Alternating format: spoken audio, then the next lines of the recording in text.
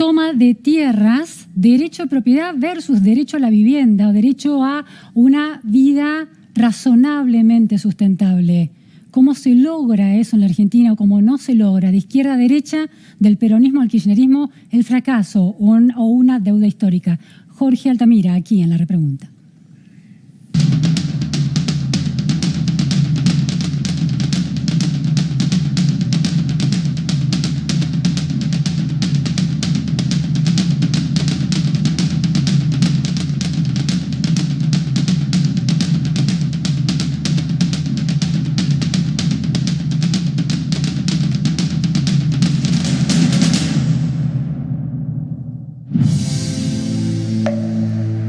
Buenas noches, Jorge Altamira. Muchas gracias por estar aquí. ¿Qué tal? ¿Cómo le va? Gracias. Bueno, un referente histórico de la izquierda argentina, fundador con otras dirigentes del Partido Obrero, pero por fuera ahora del Partido Obrero después de algunas internas caldeadas, ¿no? Dentro de la agrupación. Eso continúa.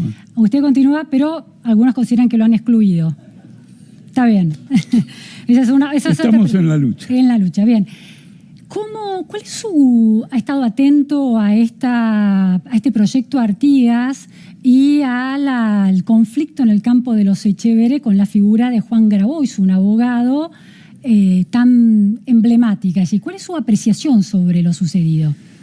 Mire, no quiero emplear una expresión muy dura, pero frente al drama del país, a la falta de vivienda, etcétera, es un episodio de cuarta, que lo han manejado informativamente, políticamente, para darle una cierta dimensión y querer configurar una perspectiva para la Argentina de peligro para la propiedad privada.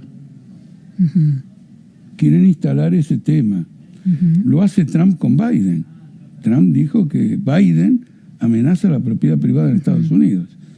Y como nosotros seguimos a Estados Unidos, repetimos el relato y la novela. Es un cuento. A ver, usted no está criticando a Juan Grabois y quienes acompañaron ese intento de toma o de ocupación de esa tierra, sino criticando la lectura, la narrativa que construyen, por ejemplo, parte de la opinión pública o parte de los medios de comunicación. Esa es la consecuencia.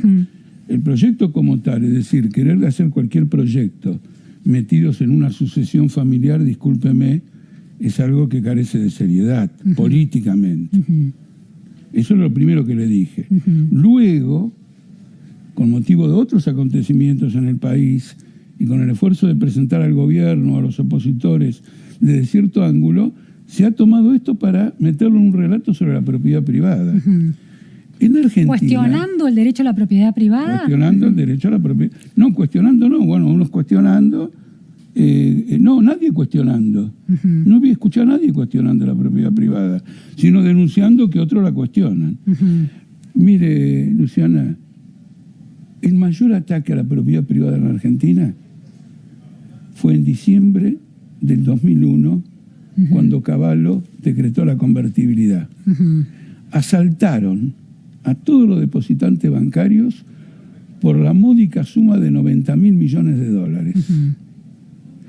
No hay enemigo más duro de la propiedad privada que el propio capitalismo, que se desarrolla confiscando ahorristas, depositantes, trabajadores por medio de la inflación, despidos, etcétera. ¿El capitalismo o una clase gobernante o un sector o gobiernos ineficientes que no logran administrar el Estado de manera adecuada? No, en todo caso serían cómplices. Se apropian de los bienes de los ciudadanos. No, en todo caso sería cómplice. Tomé el caso de la convertibilidad. Usted tenía un guardián de la propiedad privada llamado Domingo Cavallo.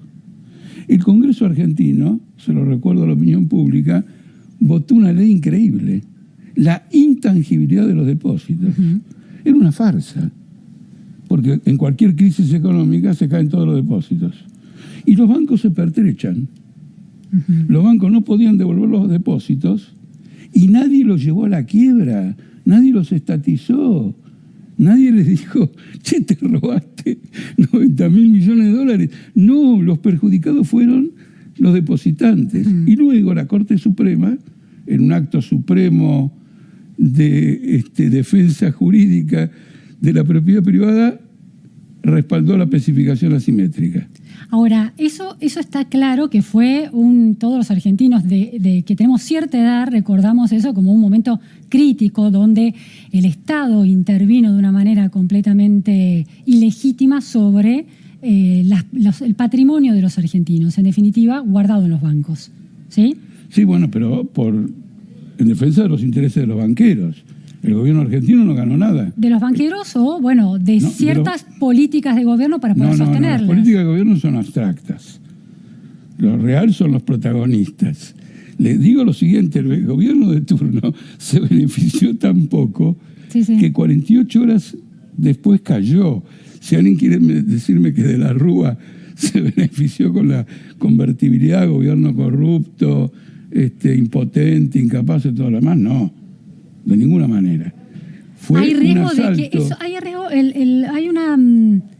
afirmaciones desde el Ministerio de Economía que sostienen que las reservas llegan a 42.000 millones de dólares y una lectura es que ese número se alcanza si se tienen en cuenta los depósitos de los ahorristas en los bancos. ¿Existe el riesgo de un ataque a la propiedad privada en los mismos términos que 2001? Mire, leyendo los diarios, un economista señaló que las reservas líquidas serían negativas. No aclaró más, pero una forma de que las reservas líquidas fueran negativas es que el gobierno haya usado lo que tiene de reserva de los depósitos en dólares. Ahora, no sé cómo llegó a eso.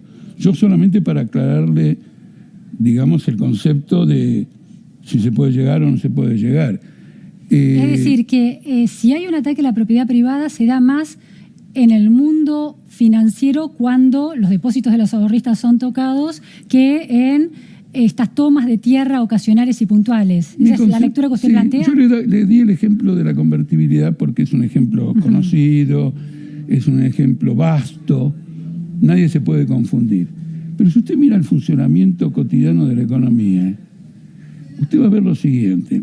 Hay gente que apuesta, por ejemplo, en este momento, hay gente que apuesta a la devaluación y ha contratado seguros de cambio por 6.700 millones de dólares. Si se produce la devaluación, el Banco Central le va a tener que dar dólares, bueno, le va a dar pesos, pero equivalentes al tipo de cambio con el que pactó, inferior al de la devaluación. Esos que están especulando ahí, están especulando contra la estabilidad de la moneda argentina. ¿A usted le parece que Guernica es más peligrosa para toda la economía del país, los trabajadores y todo lo demás que este tipo de especulaciones? La falta de un ojo crítico en este punto es un acto de complicidad intelectual. ¿Entre quiénes? Bueno, los economistas conocen esto de memoria, el gobierno lo sabe. Alberto Fernández también. Es el presidente de la Nación, es un abogado, profesor de la Facultad de Derecho y además legislador, ha sido jefe de gabinete. Digamos que conoce todo esto. Es decir, para traducirlo hay violación o intentos de violación de la propiedad privada de guante blanco y otras más evidentes, son las más evidentes las que generan más rechazo. No, porque en el caso de Guernica, mire... Esas no serían de guante blanco, digo, esas son las más evidentes. Fue una movilización ejemplar. Te vio que no ocuparon. No se quiere medir el papel enorme de la pandemia en este fenómeno. Porque el hacinamiento ya produce miedo. Antes era una incomodidad. Yo viví 20 años de mi vida en hacinamiento. Todos en una pieza. Un conventillo vivía usted. En una pieza. Conozco de qué estamos hablando. Si yo volviera a vivir en esas condiciones en medio de una pandemia, ¿cuál sería digamos, el espíritu familiar? Nos vamos a contagiar todos, etcétera. Entonces hay que resolver el problema de la vivienda. Y Alberto Fernández acá, si quería resolver el problema de la vivienda, tenía una oportunidad, que es dar una salida positiva a ese reclamo. Pero una salida positiva de un reclamo que está ocupando tierras privadas ¿no es un callejón sin salida en realidad? No, depende, porque el gobierno tiene instrumentos para eso. Pero no los Mire, usa, historia. O sea, la democracia ha consolidado la pobreza, ha consolidado la falta de vivienda. Sí, y no la está. La democracia ha consolidado, agravado la... Exactamente. No la democracia. Tengamos cuidado, Estoy diciendo, desde que Argentina se resetea en 1983, pero esa tierra prometida de la mejora de las condiciones de vida ha llevado a otro destino. La democracia ha demostrado que no es un arma de lucha contra todo esto, porque sigue defendiendo todos esos intereses. Bajo una forma diferente, los grandes grupos económicos que estaban bajo la dictadura, que la dictadura consolidó una especie de panel de grupos económicos, se reforzaron con Alfonsín y no le cuento con Menem. Que Menem, por ejemplo, miren Menem lo que hizo con la propiedad privada. Vendió las empresas estatales a cambio de títulos de deuda que no valían nada. Entonces, por ejemplo, yo le doy a usted un papel que dice 100 por un producto que vale 100, pero en realidad son 20 centavos. Ahora, ¿no es cierto? Sí. Entonces nos hemos dejado robar colectivamente todas las propiedades nuestras.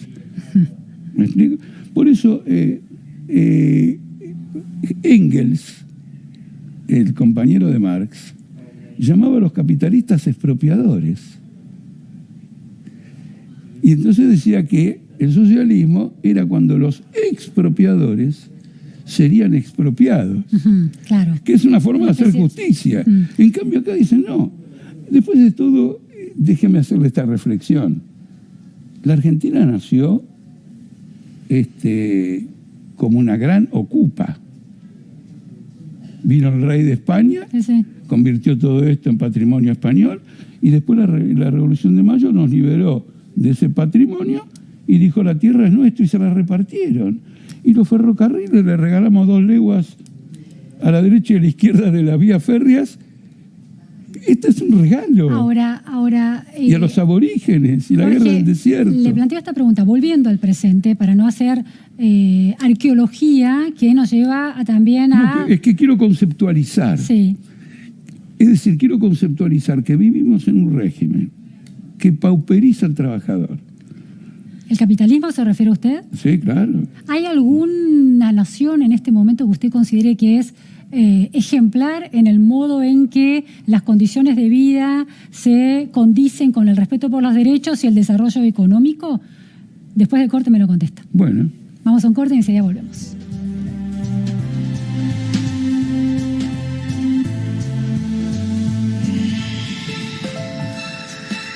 Argentina y el gran debate de la propiedad privada versus otros derechos, por ejemplo, el derecho a la vivienda, la toma de tierras.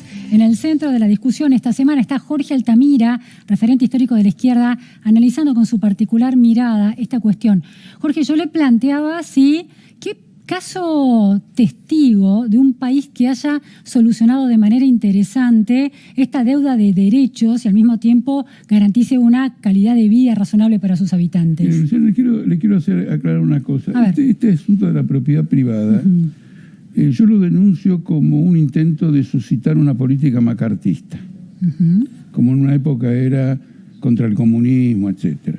Están inventando un espantapájaros para justificar lo que sea. Pero ¿quién inventa y quién es el espantapájaros? Los que caracterizan que en este momento en Argentina hay algún peligro a la propiedad privada, suscitado por esto y lo otro, evidentemente están armando un relato. Los que ocuparon Guernica quieren tener la propiedad de su vivienda. No quieren destruir el sistema de propiedad de la vivienda. Ahora, pero las tomas en las tierras del sur, con distintos argumentos, las tomas de Guernica y en distintos puntos de la Argentina, la toma antológica de los Echeveres, del campo de los Echeveres, que se convirtió casi en una novela nacional, no habla de un estado de cosas. Se tomaban tierras, se tomaban supermercados en 2001 por una cuestión de supervivencia, también había picardía y voluntad de desestabilizar. Se toman ahora tierras con un trasfondo ideológico también y con funcionarios del Estado Nacional participando de esas tomas. ¿Qué pretenden? ¿Pretenden desestabilizar a su propio gobierno? No, permítanme No lo siguiente. pretenden, no habría una intencionalidad por fijar una matriz de análisis, una matriz conceptual que ponga en cuestión algunos derechos establecidos constitucionalmente, como el derecho a la propiedad privada. Ya les digo, lo único que acá está como un gran peligro es el manejo sanitario de la pandemia. Manejo sanitario de la pandemia que consiste en que no hay testeos, Sí. que no hay absolutamente nada, que el sistema de salud pública, desfinanciado todo el tiempo en favor de la medicina privada, hoy no puede atender, y ese desfinanciamiento es un golpe a derechos de los ciudadanos a tener una salud pública. Estamos de acuerdo, pero ahora en el medio de... Lo otro es una tentativa macartista. Pero a ver, déjeme hacerle esta pregunta, Jorge. En la toma del campo de los Echeverre, además de Grabois, que es parte de la coalición gobernante, aunque no tiene un cargo en sí, es parte de la coalición gobernante, con una llegada importante, algunos de los dirigentes claves de esa coalición, había además funcionarios nacionales, el director de Economía Popular, Gabriela Carpinetti y otros funcionarios, Victoria Donda, que no se acercaron, por ejemplo, a colaborar con las familias varadas en la frontera de Formosa, en la frontera de Tucumán, donde se violaban derechos. Estoy de acuerdo con usted. Esa intencionalidad de poner, de destacar desde funcionarios del gobierno la toma de los Echeverres como una toma razonable y justa, no habla de un cierto interés del gobierno por fijar una matriz conceptual distinta. Bueno, yo le voy a decir lo que pienso. A veces entre las cosas más serias del mundo no hay que dar por el pito más de lo que el pito vale. Esto revela la mediocridad del planteo de Grabois.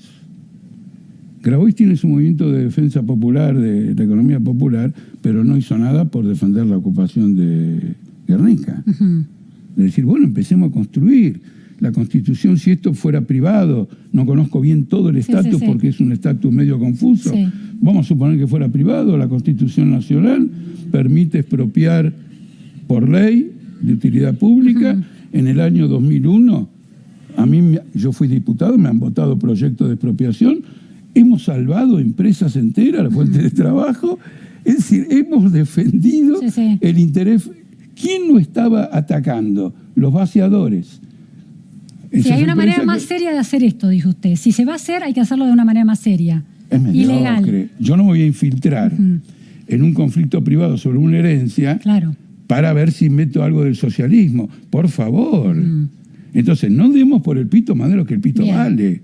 Si el proyecto es tan mediocre, ¿no es cierto? Porque por las rendijas del kirchnerismo, albertismo, masismo, no pasa otra cosa que esto, háganse cargo de la mediocridad de todo este proyecto. ¿No cree en la atribución del kirchnerismo, la autopercepción kirchnerista como defensora del campo popular? De ninguna manera. La pobreza no ha crecido en este país en los 12 años de kirchnerismo porque fueran defensores del campo popular. Si la presidenta en un discurso en cadena se jacta de haber pagado 175.000 millones de dólares de deuda externa, le tienen que dar el premio Nobel del pagamento de la deuda, que es defensa de la economía popular. 175.000 millones de dólares. Con 175 millones de dólares hacemos de la Argentina un paraíso. Ahora, ¿se puede estar completamente fuera de esa lógica de organización de la economía donde hay necesidades de capital de trabajo, cuando no se tienen, se pide, se financian con deuda? ¿Se puede estar fuera de esa lógica? Se lo dejo planteado y me lo contesta después del corte. Sí, es una hermosa pregunta. Ahora volvemos con Jorge Altamira.